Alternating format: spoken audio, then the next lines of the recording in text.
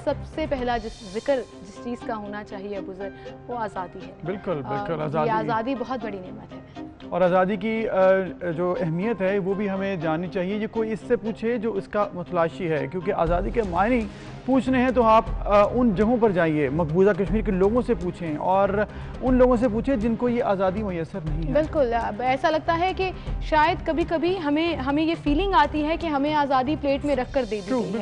कुछ लोग ऐसे भी हैं जिन्हें आज़ादी के मायने तक मालूम नहीं है।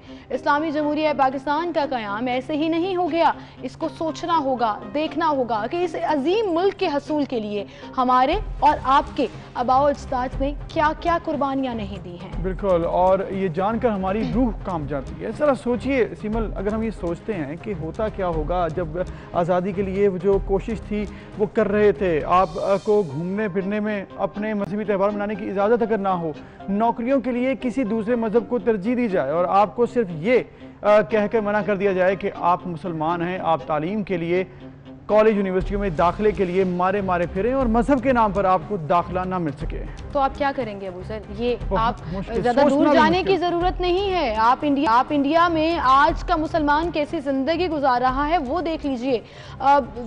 खाने पीने से लेकर नौकरियां करने तक, तालीम हासिल करने तक, ये आज़ादी ऐसे ही नहीं मिली है। हमें इसकी कदर करनी चाहिए। आप देखें कि आपका बच्चा सिर्फ इसलिए धुतकार दिया जाए कि वो गैर मज़हब है और क्योंकि उनका बेसिक मज़हब तो हिंदुआना है और उनको प्रेफरेंस दी जाए, तो इन बातों का तसव्वुर करते ही ऐसे खून जो है ना वो खोल उठता है, जोश वावेला उभरना शुरू हो जाता है। और मुल्क के क़याम की तहरीक इसी जोश और जज्बे के साथ शुरू हुई। मंजिल बिल्कुल भी आसान नहीं थी, लेकिन वो मंजिल हमें मिली और पाकिस्तान की सूरत में मिली। बिल्कुल, वो मंजिल हासिल करने के लिए बहुत सी कुर्बानियाँ देनी पड़ी। दौलत, जायदाद, अहल खाना, बीवी, बच्चे, रिश्तेदार, अपनी अना, सब पर एक चीज़ हावी थी और वो थी आज़ादी की ख्वाहिश। क्या दौर होगा वैसे अबूज़र वो तहरीक आज़ादी। मतलब मैं अभी बात कर रही हूँ, आप यकीन करें मेरे रोंगटे खड़े हो रहे हैं कि कैसे लोग अपना सब कुछ छोड़ छाड़ कर पाकिस्तान माइग्रेट कर गए, हिजरत करके आ रहे हैं, पूरी फैमिलीज़, और फिर रास्ते में जिन दुश्वारियों का सामना करना पड़ रहा है, वो हालात आसान नहीं थे। आज़ादी का वो ख्वाब जो डॉक्टर अल्लामा मोहम्मद इकबाल ने देखा और फिर इस अजीम ख्वाब को कायदे आज़म ने ताबीर दी, ये आसान काम नहीं था।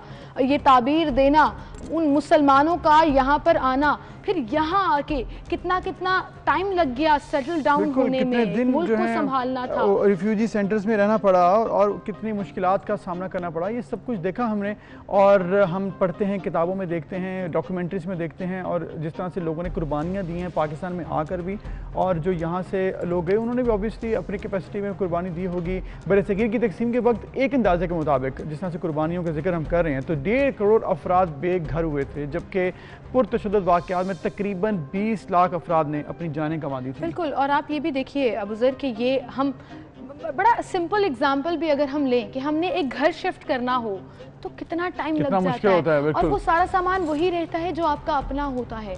आप सब कुछ छोड़ छाड़ कर, अपने घरों को छोड़ छाड़ कर, सिर्फ ज़रूरी चीज़ें पकड़ो, 2 कपड़े पकड़े, 2 बर्तन पकड़े जो रास्ते में इस्तेमाल होंगे और आप निकल पड़े, सिर्फ इस उम्मीद के साथ कि एक पुर आज़ाद फ़िज़ा में हम सांस लेंगे। आपको बताएं, ढाका में जब 1906 मुस्लिम लीग की बुनियाद जब पड़ गई थी 1906 में, मगर चंद बरसों के बाद ही उसका मरकज़ जब अलीगढ़ में तब्दील हुआ, तो मुसलमानों ने अपने हकूक़ के हसूल की खातिर बेदारी लाने की मुहिम जो है वो शुरू कर दी। बिल्कुल, 1906 में जब मुस्लिम लीग कायम हुई थी तो उसके आंगन में एक नज़रिए ने भी आंख खोली थी, और वो नज़रिया ये था कि बरसगीर के मुसलमानों को अंग्रेज़ और हिंदुओं के सियासी और मुआशी तसल्लुत से आज़ादी दिलाकर उन्हें नज़रिया इस्लाम के मुताबिक आज़ादाना माहौल में सियासी, समाजी, मुआशी, तालीमी और माशरती मैदान में ज़िंदगी गुजारने का हक दिलवाया जाए। और बिल्कुल ये एक ऐसी रियासत के क़याम की जदोजहद की जाए जहाँ हर इंसान किसी मज़हब, मुआशरत और समाज की तफरीक के बगैर कानून और आइन के साए में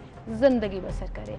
कायदे आज़म मोहम्मद अली जिन्ना के बहुत से अक़वाल जो हैं वो हम पढ़ते हैं, सुनते हैं, बहुत सी स्पीचेस जो हैं वो आज भी मुझे लगता है हमें सुनने की ज़रूरत है, तभी हम कुछ बेहतर कर सकेंगे अपनी ज़िंदगी में।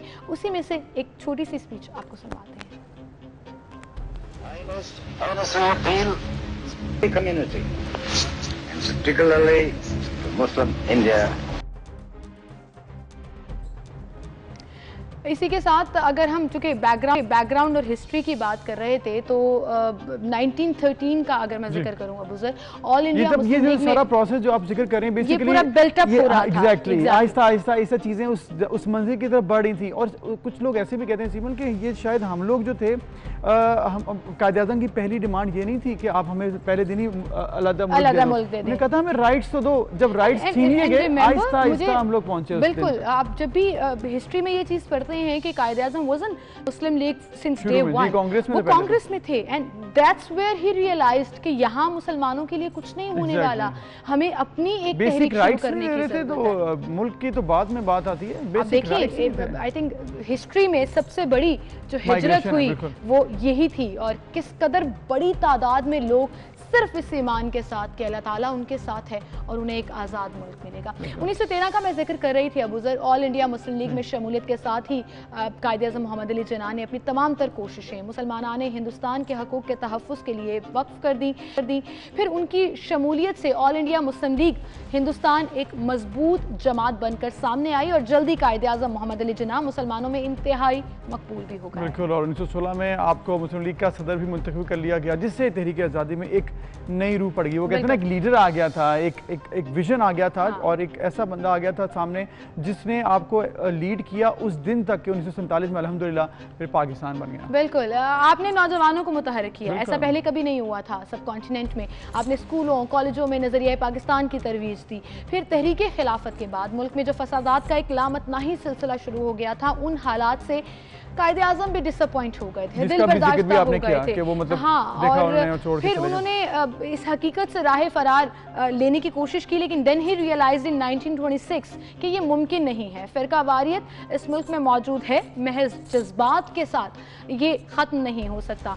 और इस दौरान नेहरू रिपोर्ट ने जलती पर तेल का काम भी किया था। वही बात है कि जिस तरह से होता क्या था कि जब नेहरू और गांधी और ये तमाम जो पॉलिटिकल लीडर्स इस तरह के, उन्होंने कायद-ए-आज़म की किसी बात को सपोर्ट नहीं किया। कहीं पर भी ऐसे ही लगा कि वो भी विलिंग है कि शायद राइट्स की बात की जाए। तो इसीलिए जब इस राज की जानिब से जारी की गई साइमन कमीशन के जवाब में तैयार की गई रिपोर्ट, तो साइमन कमीशन को हिंदुस्तान की तमाम सियासी जमातों ने मुस्तरद कर दिया था, जिसके बाद 8 मार्च 1928 को नेहरू को नया आइन तैयार करने की फिर जिम्मेदारी भी सौंप दी गई। बिल्कुल, और जब उनको इतनी इंपॉर्टेंस मिल रही थी तो वो शायद इंपॉर्टेंस इस तरह से एग्जैक्टली फिर पता लगता ना करते क्या है, बात तो बड़ी राइट की करते थे। फिर नेहरू रिपोर्ट के रद्द अमल में 1929 में मुसलमानों ने ये डिसाइड किया, ऑल पार्टीज कॉन्फ्रेंस हुई कलकत्ता में, और ये डिसाइड हुआ कि कायद-ए-आज़म अपना विजन जो है वो अब ऑन द टेबल लेकर आएंगे। 14 नकात उन्होंने पेश किए, जिनको इंतहा पसंद हिंदुओं ने ना सिर्फ रद्द कर दिया बल्कि कायद-ए-आज़म पर मजीद तनकीद जो है वो शुरू कर दी। वो बड़े सिंपल से 14 नकात थे, वो याद है ना आपको,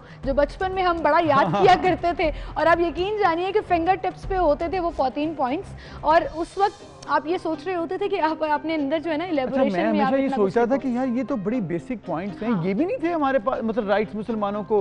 तो मैंने कहा ना, इसमें ऐसी कौन सी बात है जो कि डिमांड नहीं पूरी होनी चाहिए। ये भी सिटीजन का एक बेसिक राइट है, और ये इस बेसिक राइट के लिए भी इतनी जद्दोजहद करनी पड़ी। तो जब आपको बेसिक राइट्स भी ना मिलते हैं तो फिर यूं ही होता है कि फिर मुल्क ही हासिल किया। बिल्कुल, और आप बड़ापन देखिए हमारे लीडर्स का, कायद-ए-आज़म मोहम्मद अली जिन्ना का, कि इन 14 नकात में अक़लियतों के लिए अलग से एक पॉइंट था कि पाकिस्तान जब बनेगा, एक आज़ाद रियासत जब होगी, या मुसलमानों को जो राइट्स चाहिए उनमें माइनॉरिटीज़ का एक ख़ास कोटा रखा जाएगा। ये वो मौका था जब कायद-ए-आज़म ने उनका दिल जो है वो हिंदुओं से बिल्कुल बेजार हो चुका था। फिर कलकत्ता रवाना होते हुए जमशेदजी नौशरवान का हाथ पकड़कर उन्होंने कहा कि अब जुदाई का आगाज़ है। कायद-ए-आज़म ने अपने पेश करदा 14 नकात के जरिए ये बावर कराने की कोशिश की थी कि मुस्तकबिल के हिंदुस्तान, यानी कि अंग्रेज़ तो चले गए, लेकिन जो मुस्तकबिल का हिंदुस्तान था उसमें सियासत और मुआशी तरक्की के मैदानों में हिंदू और मुसलमानों को मसावी मौके फराहम किए जाएं, जो कि नहीं किए जा रहे हैं। बिल्कुल, और इन नकात पर गौर किया जाए तो मालूम होता है कि तसव्वुर पाकिस्तान की इब्तिदा इसी से हुई। तो आप राइट्स नहीं देंगे तो फिर इब्तिदा हो जाएगी। मुस्लिम लीग की मुसलसल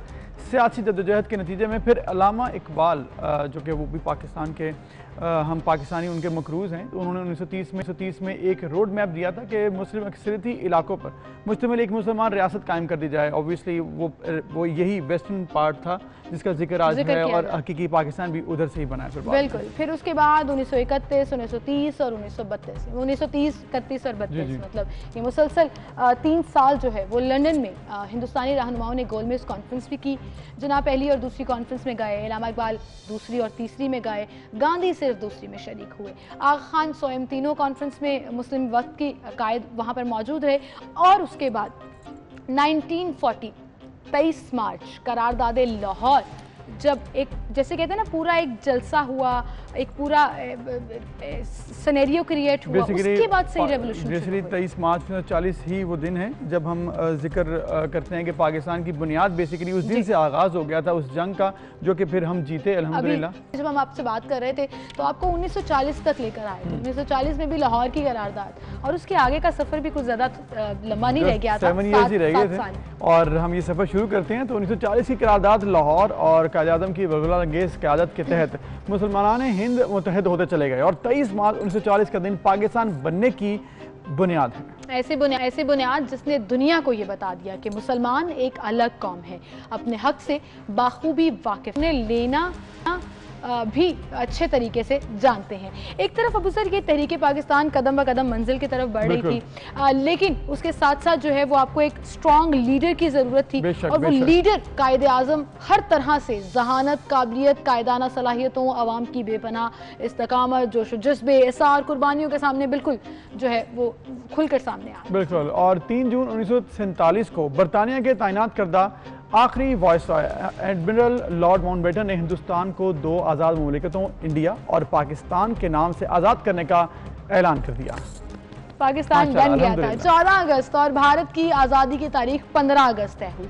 इस लिहाज से देखा जाए तो पाकिस्तान वाकई एक नए मुल्क की हैसियत से वजूद में आया था। 14 अगस्त 1947 की सुबह रेडियो पाकिस्तान लाहौर की ट्रांसमिशन का आगाज 8 बजे सूरह अल इमरान की मुंतखब आयात से हुआ।